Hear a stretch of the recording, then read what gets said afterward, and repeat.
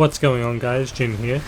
This is an easily accessible mid to end game Frozen Orb guide that will allow you to clear tier 100 dungeons easily, as well as clearing 61 to 70 level pits without issue, allowing you to max out masterworking your gear.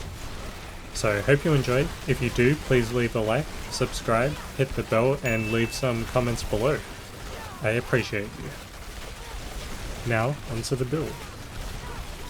So for the skill tree we're going to take 2 into Firebolt,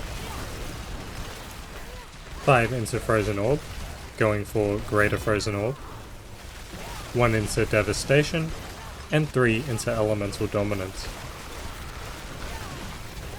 In our defensive skills we're taking 1 in Flame Shield, 3 into Teleport, and going for Shimmering Teleport. We're going to go for 3 into Glass Cannon, 1 into Elemental Attunement, 1 into Ice Armor, and go for Shimmering Ice Armor. In our Conjuration skills, we take Ice Blades and Summoned Ice Blades. We're going to go for 3 in Conjuration Mastery, 1 into Align the Elements, 3 in Mana Shield, and 3 in Protection. For our Mastery skills, we're just taking 1 into Inner Flames, for the 3 in Devouring Blaze. In our Ultimate skills, we're going to make sure we take 3 into Permafrost, 3 into Hoarfrost, 3 into Frigid Breeze, and 3 into Icy Touch.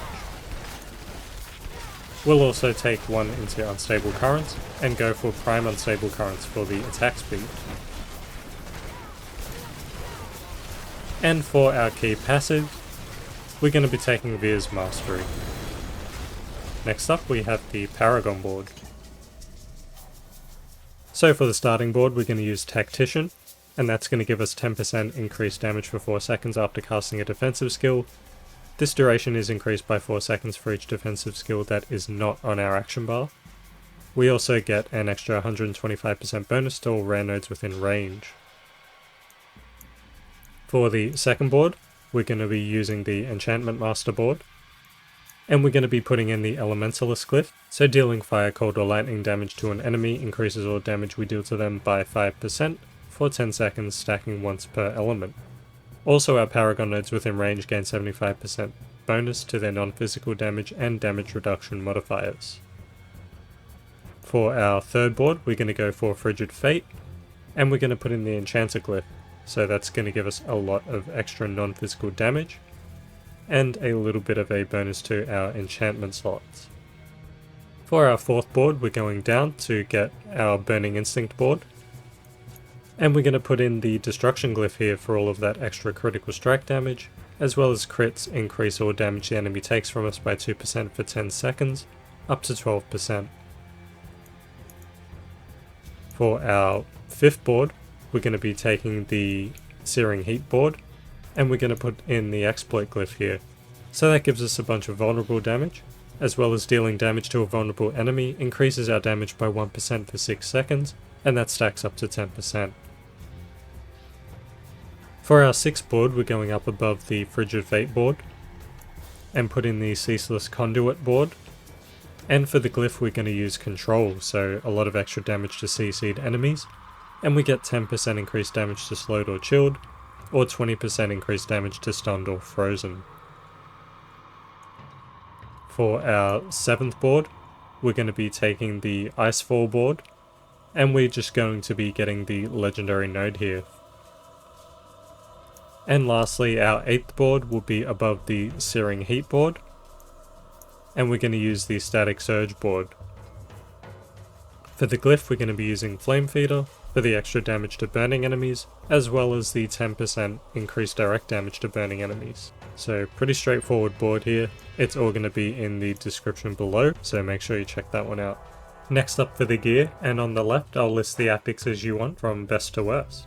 So for the helm, we're going to be using a Godslayer crown, and we want to prioritize the cooldown reduction with our masterworking if possible. If you happen to have a Shako, you would use that instead, still focusing on the cooldown reduction. If you don't have either of these, you would use a normal helm with armor, intelligence, mana per second, and temper it with total armor, and lucky hit percent chance to stun. As for the aspect, you would use Disobedience. For the chest piece, you're going to be using a basic chest piece with Intelligence, Armor, and Mana per second.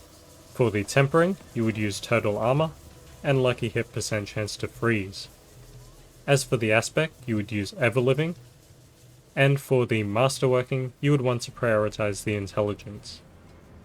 For the gloves, we're going to look for gloves with ranks into Frozen Orb, Crit Chance, and Attack Speed. For the tempering, we're going to look for cold damage, and lucky hit percent chance to immobilize. As for the aspect, you're going to be using Conceited. For the pants, we're going to be using Tibault's Will, and we're going to try and masterwork the damage reduction from close enemies. If you don't have Tibault's Will, you would look for pants with Armor, Intelligence, and Max Life, and temper that with Total Armor and lucky hit percent chance to slow. And for the aspect, you would use Concentration. For the boots, you're going to be looking for Esu's Heirloom, and you're going to try and masterwork either the movement speed or the critical strike damage. If you don't happen to have Esu's Heirloom, you would use boots with movement speed, mana per second, and intelligence. As for the tempering, you would want movement speed and immobilize duration. As for the aspect, you would use Ghostwalkers or Bounding Conduit. For the main hand, we're going to be looking for something with intelligence, vulnerable damage, crit damage, or max life. As for the tempering, we're going to go for the chance to cast Frozen Orb twice, and cold damage. As for the masterworking, you're going to want to prioritize the Frozen Orb projectiles casting twice. For the aspect, we'll use accelerating.